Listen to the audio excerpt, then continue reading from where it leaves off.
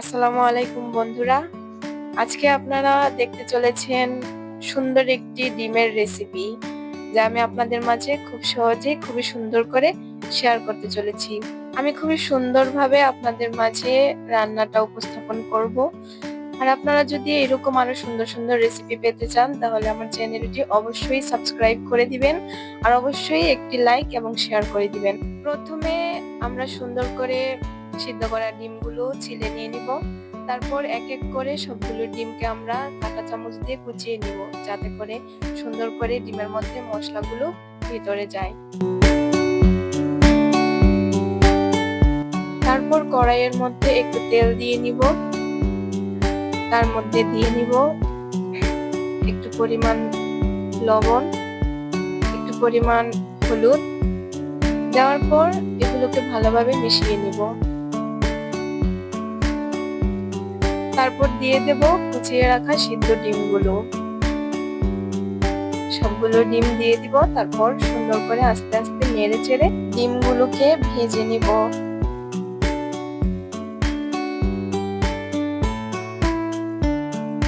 এ পর্যায়ে ডিমগুলো ভাজা হয়ে গেলে ডিমগুলোকে আমি তুলে নিব।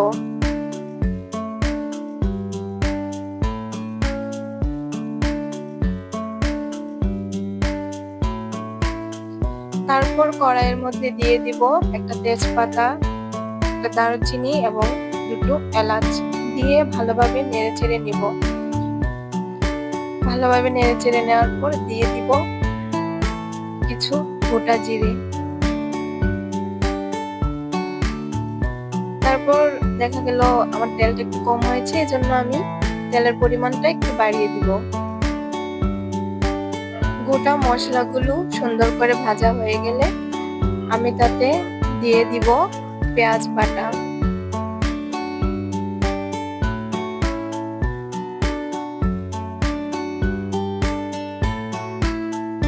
পেঁয়াজটা ভালোভাবে নেড়ে ছেড়ে তার মধ্যে দিয়ে দিব কেটে রাখা কাঁচামরিচ। তারপর দিয়ে দিব কেটে রাখা টমেটো।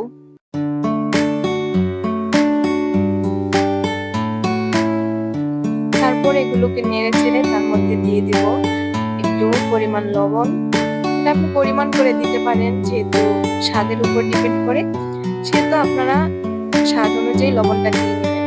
তারপর দিয়ে দিব হলুদ, তারপর দিব মরিচের গুঁড়া, তারপর দিব একটু জিরে বাটা, তারপর দিয়ে দিব একটু ধনের গুঁড়ো। সবকিছু দেওয়া হয়ে গেলে আমি এবার এগুলোকে ভালো করে মিশিয়ে নিব। সুন্দর করে নেড়ে চেড়ে মিশিয়ে নিলে তরকারিটা দেখতে সুন্দর হয়।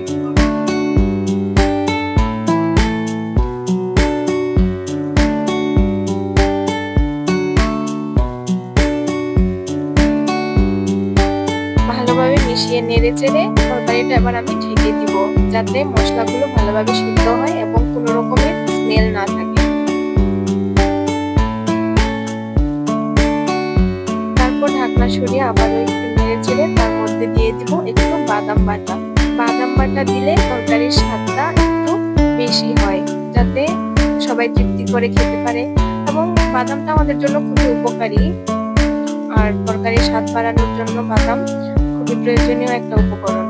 তারপর বাদামটা মিশিয়ে নিয়ে একটু পানি দিব, দিয়ে ভালোভাবে নেড়ে চেড়ে নেব, নিয়ে আবারও ঢাকনা দিয়ে ঢেকে দিব।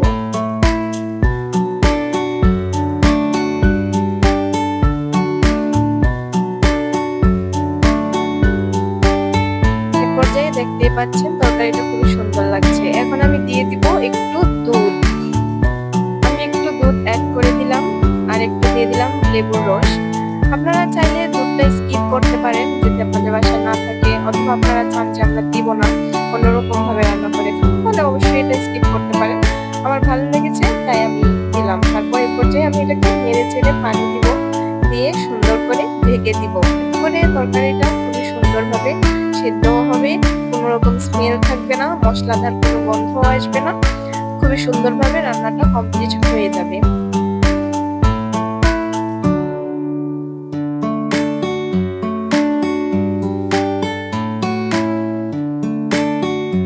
ভালোভাবে নেড়ে নেড়েচেড়ে মিশিয়ে নিয়ে আমি তাতে দিয়ে দিব ভাজি করে রাখা ডিমগুলো।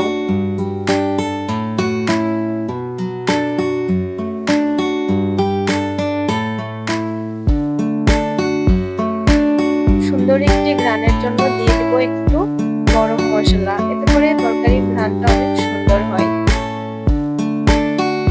তারপর ঢেকে দিব যাতে ডিমের মধ্যে মশলাগুলো ভালোভাবে ঢুকে যায়। এ পর্যায়ে তরকারিটা ভালো করে হয়ে এসেছে, আমি তার মধ্যে দিয়ে দিব কেটে রাখা ধনেপাতা।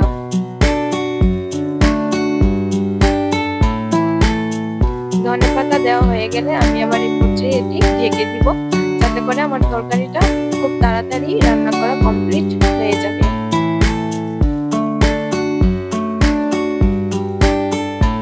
এ পর্যায়ে আপনারা দেখতে পাচ্ছেন আমার রান্না করা তরকারিটা খুবই সুন্দর লাগছে এবং এটার ঘ্রাণটা, যে স্মেলটা এটা থেকে বের হচ্ছে খুবই সুন্দর, আর এটা খেতেও খুবই মজাদার হবে। আপনারা চাইলেই এটা বাসায় বানিয়ে খেতে পারেন। যেহেতু আমি মশলাটা একটু বেশি ব্যবহার করেছি, সব রকমের মশলা এটাতে আমি অ্যাড করেছি, সেহেতু এই রান্নাটা আপনারা যে কোনো বাসায় মেহমান আসলে তাদের জন্য সার্ভ করতে পারেন। আবার যদি কখনো ভাবেন যে না আমরা নিজেরই এটা ট্রাই করবো, তাহলে তাও করতে পারেন। তবে এটা মেহমানদের জন্য খুবই উপযুক্ত একটি খাবার, খুবই সুস্বাদু একটি খাবার। এবার আপনারা লক্ষ্য করুন আমার রান্নাটা একদম কমপ্লিট হয়ে গেছে, আর এটা দেখতে অনেক সুন্দর লাগছে এবং এটা রান্নাটাও খুবই সুন্দর হয়েছে। আবারও বলছি, নতুন নতুন রেসিপি পাওয়ার জন্য আমার চ্যানেলটি সাবস্ক্রাইব করে দিবেন এবং একটি লাইক এবং একটি শেয়ার অবশ্যই করে দিবেন। আর অবশ্যই আমার পাশে থাকবেন সবসময় সুন্দর সুন্দর রেসিপি পাওয়ার জন্য।